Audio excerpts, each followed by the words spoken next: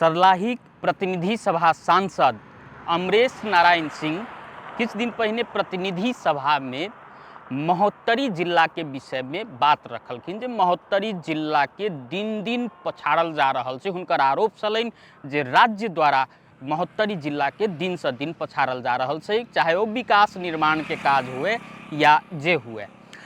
अखन हम सब जनकपुर भिट्ठा मोड़ सड़क खंड में छी आ जनकपुर भिट्ठा मोड़ सड़क खंड अंतर्गत ई जलेश्वर आ पिपरा महोत्तरी पालिका के जे बीच में सड़क छै ततऽ छी हम सब आ देखैत हेबै हमरा पृष्ठभूमि में एकटा प्रवेश द्वार छै।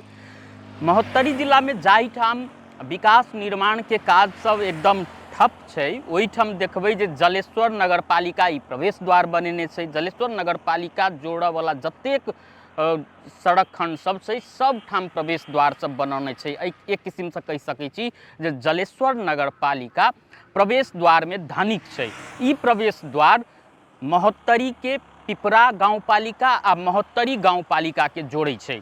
कतेक गोटे के आरोप छै जे जलेश्वर नगर पालिका प्रवेश द्वार निर्माण में अतेक बेसी बजट खर्च कर रहल छै, शिक्षा स्वास्थ्य लगायत के क्षेत्र में जँ यदि अहिना के खर्च करते तो भऽ सकै छलै जे जलेश्वर नगर पालिका के सेहो काया पलट होइतै आ एतुका स्थानीय के सेहो किछु हद धरि विकास